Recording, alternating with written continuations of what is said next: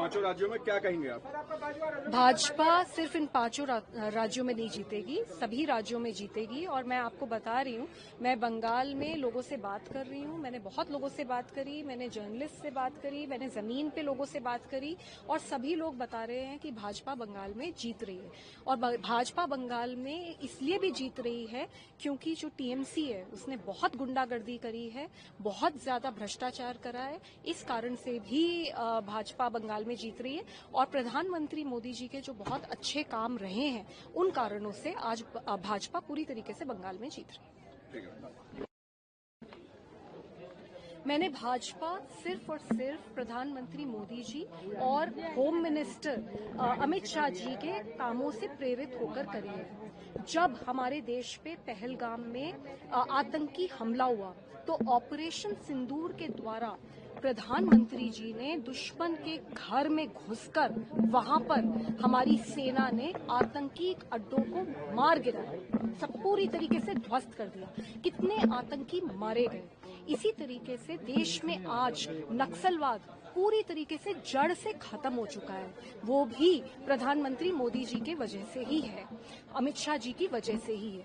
Triple तलाक जैसा कानून हमारे देश में लाया गया जिससे ट्रिपल तलाक बैन किया गया। इसी तरीके से विमेन रिजर्वेशन बिल जो बहुत ही जरूरी कानून था उसको भी लाया गया और उसके लिए भी बहुत प्रयास करे गए। ऐसे बहुत सारे काम किए जा रहे हैं इस देश में जिनसे इंस्पायर होकर मैंने भाजपा ज्वाइन करी है।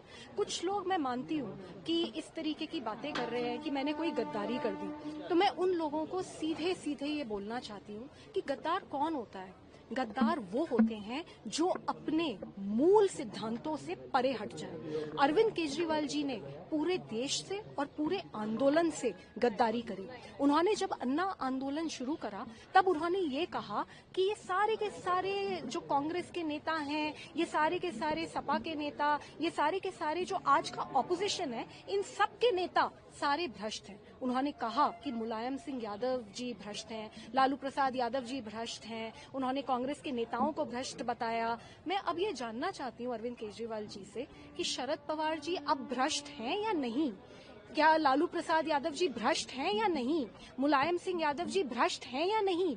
क्योंकि अरविंद केजरीवाल जी ने तो इन्हें भ्रष्ट बताया था और उसके बाद वो उनके साथ हाथ मिला लिया।